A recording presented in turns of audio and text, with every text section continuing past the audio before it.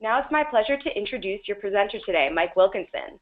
Mike Wilkinson has over 25 years of worldwide training and consultancy experience and was the 2013 Training Journal Award winner for Best Sales Program. Mike is the co-author of The Challenge of Value and Value-Based Pricing and has written many articles on managing major sales and value. He is a fellow at the Institute of Sales and Marketing Management and a member of the Professional Speakers Association and the Global Speakers Federation. His focus at Axia Value Solutions is working with sales teams and organizations, helping them to understand, create, and deliver real customer value, and on capturing that value in price. So with that, Mike, welcome. Taylor, thank you very much indeed. And can I say, guys, it's a real pleasure to be with you today. Unusually, I normally speak to you from Perth in Scotland. I'm speaking to you this morning, or morning for you, from Nairobi in Kenya, where the time is just past 7 o'clock in the evening. It's 27 degrees outside, and to say it's been a warm day is an understatement. So it just shows you just what a global interconnected world we really have. So as Taylor said, I just want to spend a few minutes talking about a seller's perception, a seller's view of value propositions. And can I just make an apology? There is something of a time log. When I press to change the slides, I think they change over rather more quickly for you than they do for me. So if things seem to be a little bit out of sync, that's the reason why. So the question is, what are we going to do? Now, exactly what are we going to do? And what I'd like to do over the next half an hour or so is just to take us on something of a value journey, if you like. And on that journey, there are a number of little points of interest that I'd like to stop at. Like any journey, I think we need to look at some sort of nice sort of vantage points. So one of the things we're going to look at is value and who defines value. I'm going to introduce a very simple 4-step value sales process that I think is really powerful, and it's exactly what I've been talking to my client over here in Kenya about over the last couple of days. I want to take a quick look at what the value proposition is supposed to be doing and how we actually put it together. Introduce 3 C's of the value proposition, 3 C things that we really need to address. And then I want to, or perhaps more, bring in Dick a little bit later on to think about how we monetize the value proposition. Because for me, it's that ability to monetize the value proposition that really adds the rocket fuel, that makes the real difference and transforms a sort of ordinary value proposition into a really powerful, persuasive value proposition. So, to get our journey underway, we're going to start by just being marginally provocative, if you like, and give you just a quick thought. And that is that price is not the reason our customers don't buy. The reason our customers don't buy is because they don't see the value in our offer. And if you think about it, every purchase we make of anything is a value purchase. You know, if you buy a can of Coke in a supermarket or buy a can of Coke in an upmarket restaurant, you're buying it with the value perception that you have in mind at the time. The prices will be very different. Sometimes very, very different, but they're different situations, different occasions, and therefore different perceptions of value. So our target, if that is true, if our customers don't buy from us because they don't see the value in our offer, then our target is we have to convince the customer that our value is greater than our competitors' value. And that's really important. Guys, I don't know whether you can still hear me. Taylor, can you hear me? We can hear and see you. Now that's amazing because we just had a power cut here. This is Kenya. This is Nairobi. All the lights have just gone off.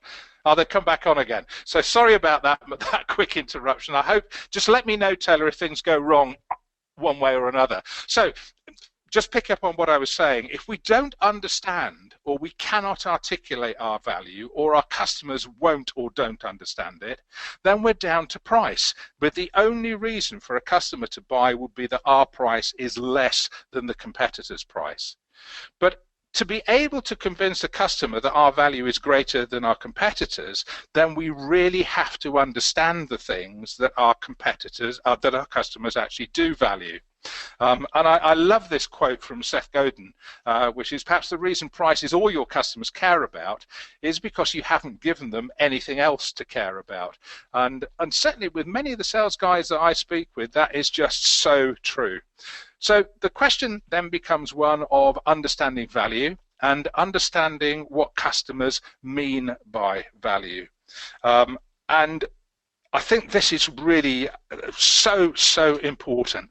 The big lesson for me about value and customers and value is that value is defined by your customers, not by you. And as that is the case, we have to understand customer value. I spent the whole day today talking about exactly that. And I did a webinar a couple of weeks ago and asked the people on the webinar, and this was a big webinar, there are about 700 people in total on this webinar, and I said to them in a poll, right, what I want to know is who really knows what value is. Because in this brief five minutes or so we've been on, we've used the word over and over again, but do people actually understand what value is?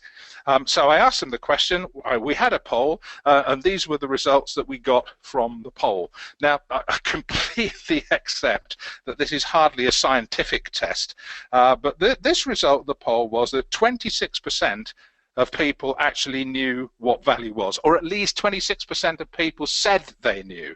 64% said they kind of think they did, and about 13% were honest enough to say they had absolutely no idea at all. So we're starting from a situation where understanding value, never mind understanding customer value, is actually coming from a relatively low base. So that's something we have got to address. So understanding value, I think there are a number of things we need to know. First of all, if we're going to understand customer value, we need to understand value as a concept. We need to understand what it is, what its component elements are, what goes to make up value. But increasingly I'm beginning to realize that we also need to understand what it means to our customers in two ways. One is what I call the generic view, and one is what I call the specific view. The generic view of customer value is, if you like, if you break your customers down into segments, you will make assumptions, educated assumptions about the things that customers in a particular segment consider to be valuable to them, the issues they face, the challenges they face, and therefore the value that we can deliver.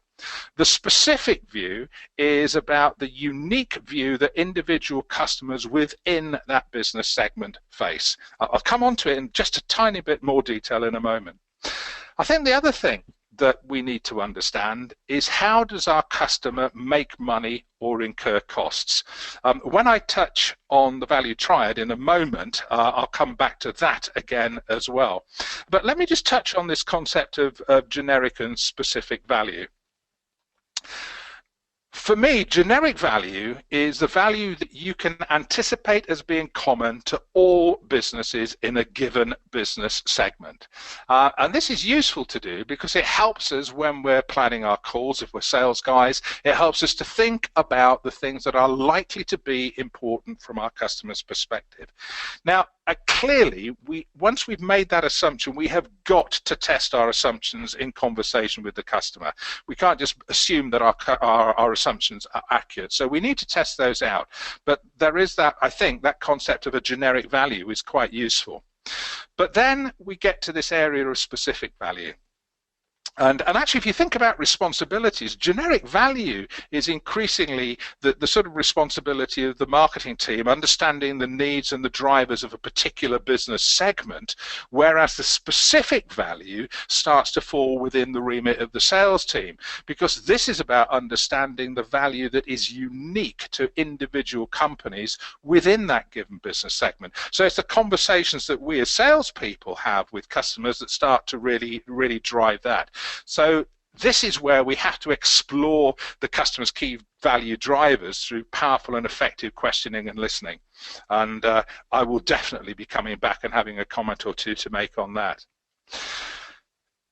The other thing I mentioned was the value triad, and I'm guessing or hoping that some of you are probably familiar with the concept of the value triad now. When we originally started to look at value and we started to define value in the way we did, and we defined value as a mystery, and our job as businesses and as salespeople is to solve the value mystery, we also recognized that we needed to have some sort of structure, some sort of framework to hang the concept of value around. And that's where the value triad came from. And there are three component elements to the value triad. First of all, there is revenue gain. And the question there is, how does our product or service help our customer to improve their revenue? There is then cost reduction. And the question there is, how does our product or service help our customers to reduce their costs? Now, the point that I made a couple of minutes ago is really pertinent here. You cannot show your customers how you can help them to improve their revenue or show them how they reduce their costs if you do not understand how your customers generate revenue and where they incur cost. How could you? How can you demonstrate you can help a customer save costs if you don't know the cost that the customer is incurring in the first place? So this again focuses in on the need to understand customers, probably in much greater detail than we have ever had to understand them before. If you're going to communicate your real, powerful, monetized value to the customer, these are things that we absolutely have to understand. Now, these things are tangible and they are objective, and that for me means that we can measure them. It doesn't mean that measurement is necessarily easy. It doesn't necessarily mean that the measurements that we put in place will be absolutely exact. My experience is that sensible, educated estimates are usually more than enough to give a customer a flavor of the kind of value that they can expect to gain from doing business with you, and that's important. The third component element of the value triad is what we call emotional contribution. And this should never be underestimated. It is still massively powerful. This is trust. This is relationships. It's the brand image. It's the desire to do business with you. It's feeling comfortable doing business with you. Because for me, as long as businesses make, the reality is that businesses do not make decisions, people make decisions. And as long as that is the case, this emotional part of the process will remain very important. And in some cases, unbelievably important. Even in the face of logical argument, people will still make decisions based on their emotional perceptions. And as you can see, for me, that's much more intangible, much more subjective, but no less important. When you add those three things together, you get the total value to the customer. And clearly, for any given customer, that value perception of what is important to them will change. So for some customers, the ability to demonstrate you can save them large amounts of money will be the most important. In others, the emotional contribution might be the most important. I touched a moment ago on this concept of value being a mystery. And until you sit down, until you have conversations with your customers, that is exactly what it is. If we accept that value is defined by the customer, not by us, until we get to the point where the customer has actually defined that for us, value is a mystery. So our job is to solve the mystery. That is our absolute focus. So the question then becomes one of, how do I do that? And I just had to put that slide in. I just think it's great. So how do we do that? And that's where the 4-step value sales process comes in.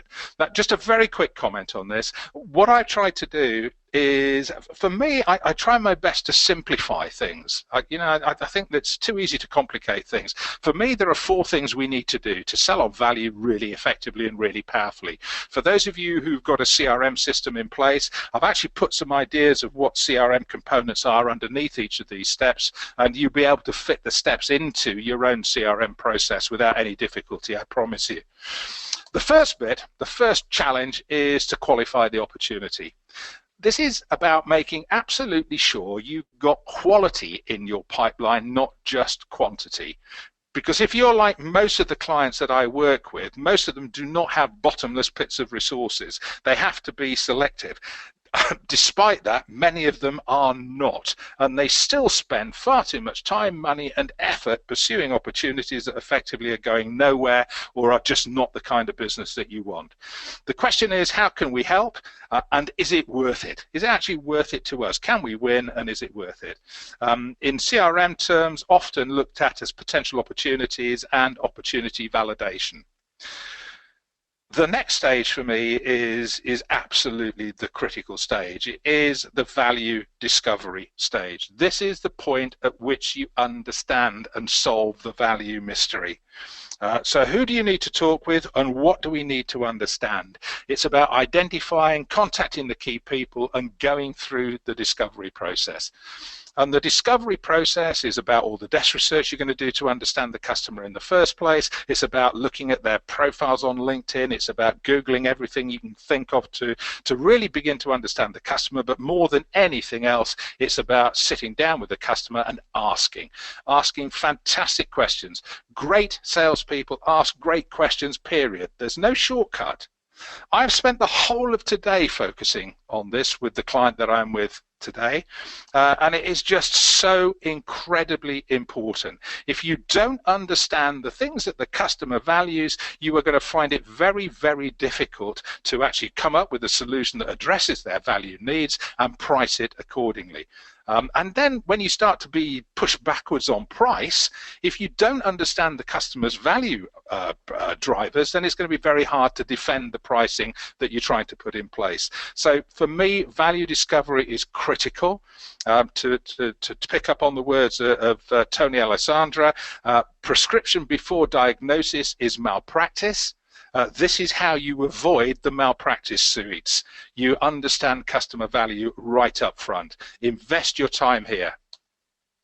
The next stage is value demonstration. Once you know the things that the customer truly values, now you can start to put together your solution. Now you can start to begin the process of talking to them about how you can help, about thinking about what your value proposition is going to look like, how you're going to tailor it to their specific requirements. And this is about putting your proposals together. It may be about going for trial, it might be putting presentations together, but it's the negotiation, it's the winning of the business bit. So how do we prove our potential value? What insights can we offer to the customer? And then the final part of the value sales process is implementation and delivery. And this is the point at which you deliver your promise. If you think about it, ultimately the value demonstration is your promise of the value that you believe you can deliver to the customer. The value delivery and implementation is actually doing it. So it's where, if you like, it's where the rubber truly hits the road. So let's have a quick look at value propositions. So in the webinar I had, I asked the delegates, I said, right guys, this is all about value propositions. So who knows, who really knows what a value proposition is? And these were the results. Again, not too dissimilar to the results that we got for who understands value. So 20% of people recognize or reckon that they understood what a value proposition is. Now, this is for a company who has as a key part of its entire mission statement the fact that it wants to deliver powerful and effective value propositions to its customers, and yet only 20% of 700 people on a webinar call knew what value was, or what a value proposition was. 67% thought they did, and again 13% were honest enough to say they had absolutely no idea at all what a value proposition was. So I had a look on the Reddit, Google, on the internet to come up with a few definitions. I'm not saying they're good or bad particularly. This one is a bit oversimplistic. It's the primary benefit of a product or a service. I think that fails to encompass actually what a value proposition is. This one I think I quite like actually. It's the unique value a business offers to its customers. It's why your customers will want to do business with you. I thought that's quite nice. Don't forget, if you ever want to have a definition about anything, you really do need to go to a guru. One of the gurus in this space is a guy called Lanning. And the one thing you need to know about a guru is someone who can use 25 words when half a dozen would have been more than adequate, and actually also pretty much do away with any semblance of punctuation. I'll try and read this to you in a single breath. It's the combination of resulting experiences, including price, which an organization delivers to a group of intended customers in some time frame in return to those customers buying, using, and otherwise doing what the organization wants rather than taking some competing alternative. There you go, absolutely crystal clear. I'm sure you'll agree. Actually, if you break it down into its component elements, it's actually not too bad, but it's a bit over complex. So I've tried to build those two thoughts together and come up with our own definition of value, or a value proposition. And our definition is a value proposition is a clear statement of the results a customer gets from using your products or services that clearly address their pains and needs, and which clearly differentiates your offer from those of competitors. So for me, there are three things there. One is results, one is addressing their pains and needs, the issues that they have, and one is differentiating you against your competitors. And we'll come back to that again in a moment.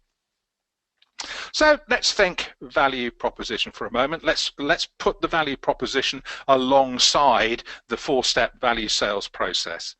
And your starting point is we now have a qualified opportunity. We have an opportunity, we've taken a look at it, we've done some research, we thought, yeah, this is it, we definitely want to pursue this opportunity.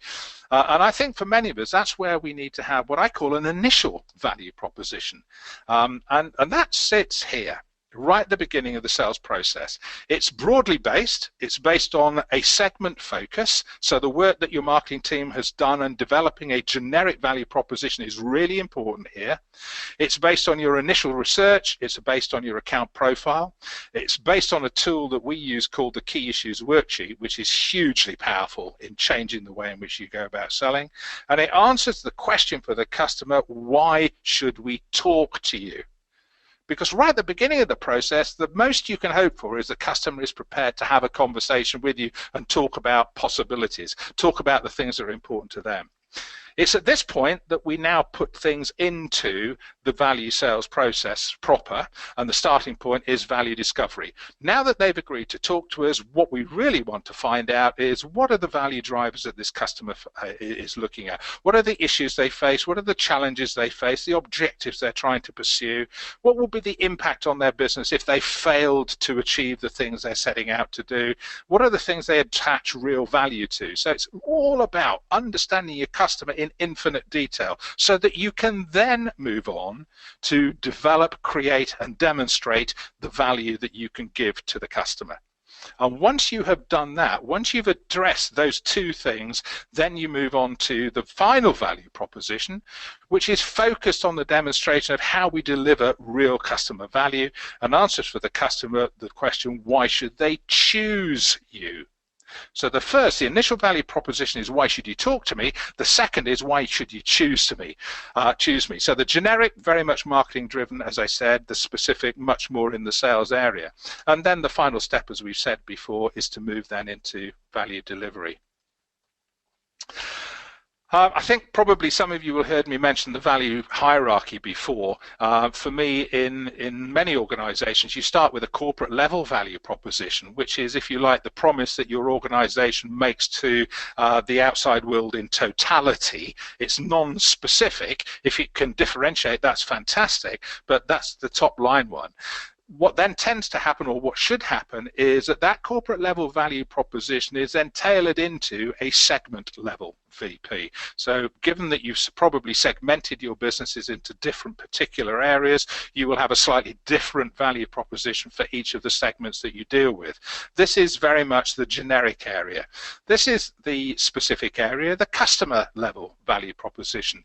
Each segment is made up of individual customers. Each individual customer in a segment will have many things that are common to other customers in that segment. That is why they are there, but they will also have things which are unique. That is the job of the sales team, particularly to uncover and to then put together a value proposition that is tailored to the individual needs of the customer. But as we said, businesses do not make decisions, people do. And at that point, you need to have the different decision level value propositions as well, and decision influencers. And bear in mind that if you're talking to finance, to marketing, to operations, to human resources, each of them will see things in a slightly different way. So you will want to tailor your value proposition accordingly. I think this is, I'm just going to go through this quite quickly, but there are, I think, 3 different kinds of value proposition that potentially you can offer. This came out of a piece of research I saw on in the Harvard Business Review by a guy called Anderson and his colleagues, and it really identifies 3 kinds of value proposition. The first is what they called all benefits, and any of you guys in sales will be absolutely familiar with this. This is where you chuck absolutely everything you could conceivably think of at the customer in the hope that they'll pick on something that they can see as being of value to them. Now this requires, that column there is key, it requires a real detailed knowledge of your own market offering. You do need to understand your product in some detail, and I do find that people, technical salespeople particularly, who really do understand their products in detail, have a real tendency to deliver what I call all benefits value propositions. Let's chuck every conceivable fabulous feature at them, they're bound to want something. The next step up from that is called favorable points of difference. And this is where you look at your offering, you compare it with your competitor's offering, and you stress those areas where you think you have an advantage. Now, the only drawback to that is a significant improvement on all benefits, but it assumes we know the value that the customer is looking for, rather than actually necessarily being sure of it. But it actually bumps up our knowledge by 1 notch. Now, not only do we need to understand our offering, but we also need to understand the competitors' market offerings in detail as well. The final approach is called resonating focus, and this is where you clearly identify the 1 or 2 absolutely key things from the customer's point of view and focus on them. And this actually introduces the final component of the value proposition, the need to understand your customers. So when you get to this point, there are 3 things you have to understand. You have to understand your customers as a business and as people. You need to understand your competitors, and you need to understand your company. So if you do not understand those 3 things, it's very difficult to really put together a powerful and persuasive value proposition. Because really, when I think about putting them together, I think there are these 3 key component areas. You've got the prospective customer, both as an organization and as people. Don't forget the people. Businesses don't make decisions, people do. So that's 1, that's the customer. The next component is the competitor, and you need to know as much as you can about the competitor. What somebody said to me, what do we need to know about our competitor? The 1-word answer is you need to know everything about your competitor. And then there is you, your company. How can you actually add the value? Given the scenario that you find yourself in there, how do you add value to your customers? Once you have got your value proposition in place, my suggestion is you check it out. Before you start to use it in anger, pop it through what I call a value proposition, a validation framework. There are 3 things that your value proposition needs to do. First of all, it needs to resonate. We've already talked about resonation. So your customer needs to be able to look at your value proposition and say, yep, I can see that, I want and I need the things that that does. It clearly demonstrates that it addresses the issues that are important from the customer's point of view. Secondly, you have to differentiate. If you fail to differentiate, then they have a choice of anything. So what you want them to say is, yeah, there are alternatives out there, but there is nothing that addresses my issues as effectively and as well as your solution does. And then finally, you have to substantiate. This is the area of case studies, of reference stories about your ability to demonstrate to the customer that you can do the things that you say that you can do.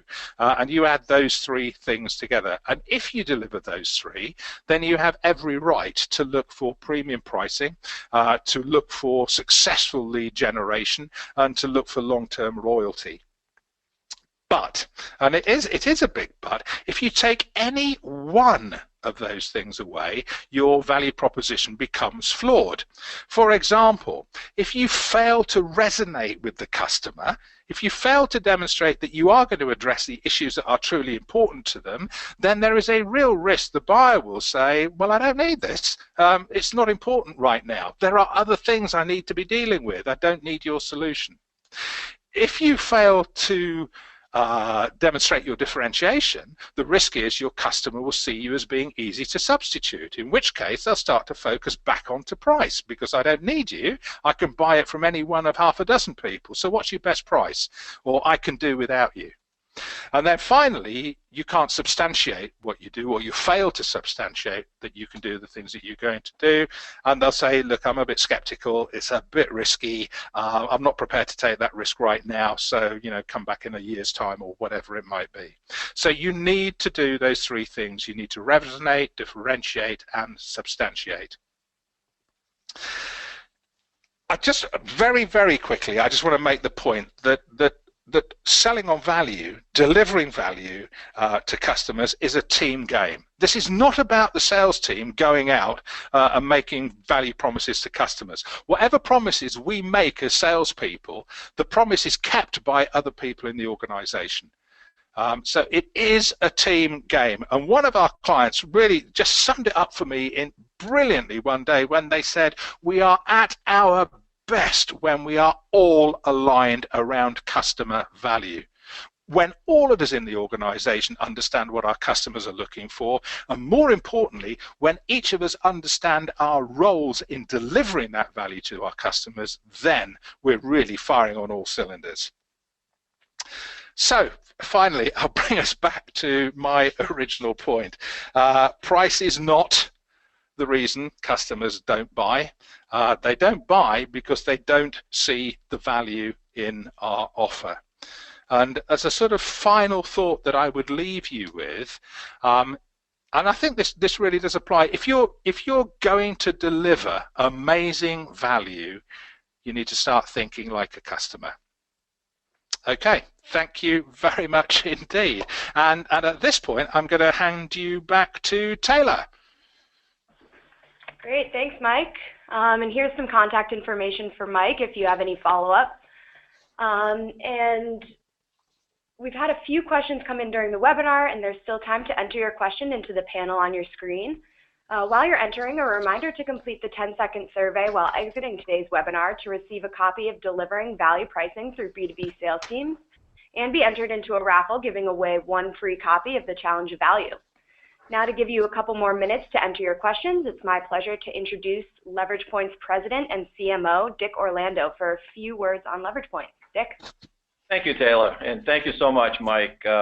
Mike does about the best job of anybody connecting value-based pricing with value selling, the creation of value and the challenge of sales teams communicating and capturing the value. Mike also has a term that you didn't use today, but it's called discount default, and Mike has given me some good pointers on how to use value propositions to avoid discount default. This was a study that just came out in March of 2017, this month, by Alexander Group, and they asked a set of customers, decision makers in large B2B companies, manufacturing primarily, what's the most important thing needed to succeed with today's sophisticated, demanding customers. And Mike did a great job at talking about value propositions and how important it is in these value propositions to show results, for sales reps to give examples. The third area is better sales enablement tools and programs, and I'm going to take no more than 2 minutes to tell you how we work with our customers to do this without giving you a sales pitch.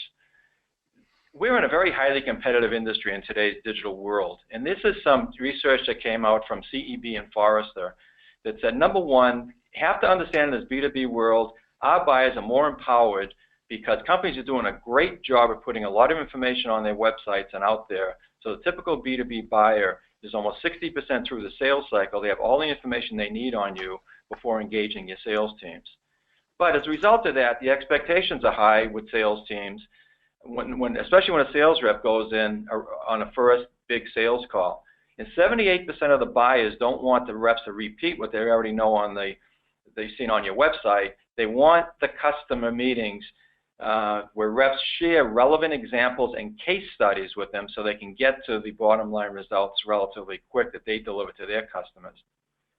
Third is customer meetings. This is so different than even 10 years ago. First vendor meetings are so critical to a customer's being qualified and for sales reps, frankly, staying in the deal. And Forrester went on to say that almost 3/4 of the time, a vendor who first succeeds in communicating a vision to executives win the business. That's a staggering statistic, and it really puts a lot of pressure on sales teams.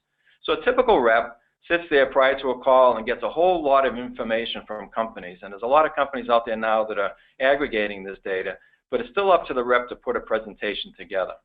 So what does the rep end up doing? Putting together a sales presentation given by marketing, created by marketing. And Sirius says you have to separate in today's digital world the difference of sales presentation content and the type of content you deliver with static white papers, blog posts, or videos. And a better way to say it is it needs to be agile, it needs to have customer content in there that customers can react to, and most important, it needs to be in a digital format. And this is typical why it's a problem. The buying cycles are long, measured from 6 months to up to 24 months with some of our customers. And you know what the process is. You identify, you qualify, evaluate, and then you purchase. And here on the left-hand side is a lot of content that's on the website, and most of it is really very product-centric, and it fails to communicate value. However, there is an exception. With all of our customers, when we start creating value propositions, we create the presentation for them using a lot of the techniques that Mike said, there's a lot of information in case studies or application briefs that just have terrific data in them, typical data, and sometimes exact data that are customer-centric and value delivered. But in most cases, they're still static.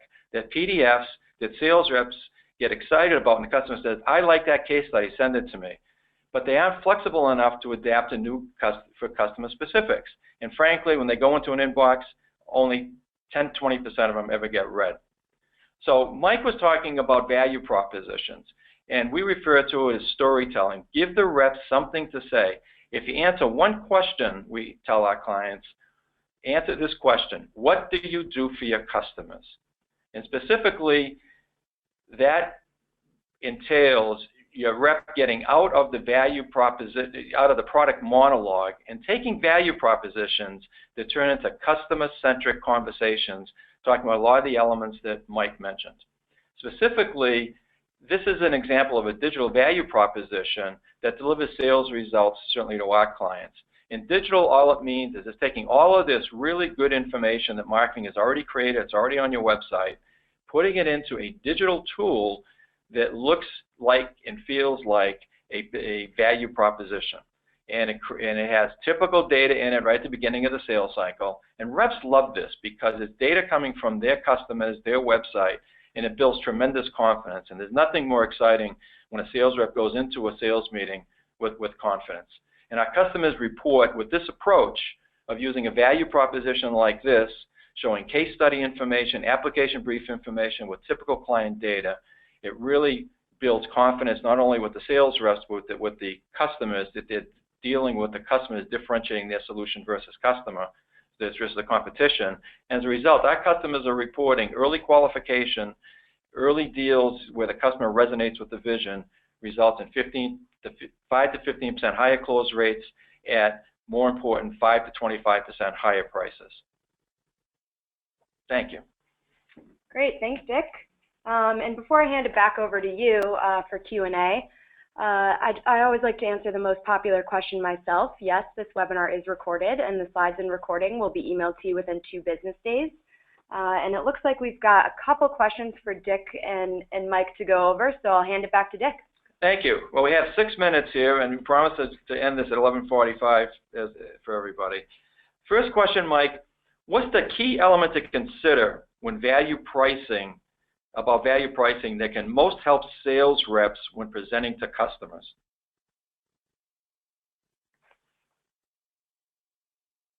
Okay, yeah, thanks, Taylor.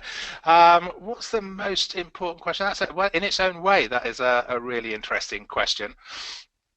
I think there are a number of things. So if I'm a pricing guy, one of the questions I say to pricing people is, how can you build up a value-based price for customers if you don't understand the things that are important to a customer in terms of value? I think the most important thing to consider is that, as I said in the presentation, we all need to be aligned around value. There are three things I think we need to do. We need to understand customers' value aspirations, we need to create customer value, and we need to deliver customer value. That is a team game. That's everybody involved, all focused on delivering the same thing, which to me is outstanding value to the customer. Now, sales reps, guys, you have got a huge role to play in this. For me, you're the real communications focus. You need to be talking to customers, understanding the things that they are valuing, bringing that information back into the organization, talking to the pricing folks about how you want them to begin to put your prices together around value, and then taking that message back out. For pricing people, I hear lots of complaints from salespeople, you won't be surprised to hear, who say, where on earth do the pricing team get these prices from? We have got no idea. How do they expect us to justify this with our customers? Well, again, you have to have a conversation. You have to talk to each other. You have to begin to provide tools to sales reps to help them to communicate your value. But remember, your value is defined by the customer. So again, I go back to value discovery as being at the absolute core of all of this. So I don't know, Dick, whether that answers the question entirely. Yeah, perfect. Perfect, Mike. Another easy one. Please give me an example of an approach to deliver customer value when your price is higher versus competitors. Well, my first reaction to that, guys, is I don't know who put that one in, but I have to tell you, I hope that your prices are frequently higher than your competitors' prices. Because if you are only winning business because you are cheaper, that suggests one of two things to me. Either you're failing to identify and understand customer value and demonstrate your value, or you're letting your customers bully you, and you're falling into that discount default trap. So again, my approach to doing that, again, if you think about the value selling model, you had value discovery, and I made the point that when we get to value demonstration, part of value set demonstration is negotiating the terms and conditions of the deal. If you do not understand the things that your customers believe to be valuable to them, then it's going to be very difficult to justify your prices. Again, it's odd because I know it's very live with me, but I was having exactly this conversation today, and one of the guys said, well, actually, we could effectively say to our customers, in effect, you are getting our product for free, because given the savings that we will give you, you'll have paid for our product in 6 months. So I thought that was quite an interesting way to look at it as well. But don't allow customers to bully you. Understand customer value. And instead of, when you get into that, Dick mentioned discount default, and I hadn't, and I apologize for that. But for me, what tends to happen all too frequently is the minute that customers put pressure on our prices, the risk is that we adopt a discount default. The first thing we do is we reduce our price. Now, I'm not saying you'll never give a discount. That would be naive. But I'd like you to change that. And instead of going to the discount default, I'd like you to go to the value default, first stop. So when a customer says you're too expensive, instead of going to the discount, say, but if you actually look at the value that you said you were looking for and the value that we have demonstrated that we can deliver, actually, I would suggest our prices are by no means over expensive. So it's about repositioning the way you think about things, I think. Thank you, Mike. We promised to wrap up at 11:45, and we have a ton of questions, so we'll make sure to get back to you. And if you want any specific follow-up by Mike or LeveragePoint, please let us know on the survey. Thank you. Yeah, guys, I do apologize for that. This is a function of having a client over here in Kenya who wants to get me out of the building and to a Japanese restaurant in Kenya, would you believe, at a quarter to the hour. So thank you for that. No problem, and thanks for everyone for joining us today. And just a quick reminder that our next webinar on April 11th is Partnering with Sales, Best Practices for Price Increases. and will be hosted by Joanne Smith from Price to Profits Consulting. And if you're interested in this material, you can register by clicking the appropriate button on the exit survey. And that's it from us for today, so thank you all for taking the time to join us, and a special thank you to Mike and Dick for your insights. And from all of us here at LeveragePoint, we hope you have a wonderful rest of your week. Yeah. Guys, thank you very much indeed. It's been great talking to you. Dick, Taylor, lovely to talk to you too. You too, Mike. Thank you. Enjoy dinner. Cheers, guys. Bye-bye.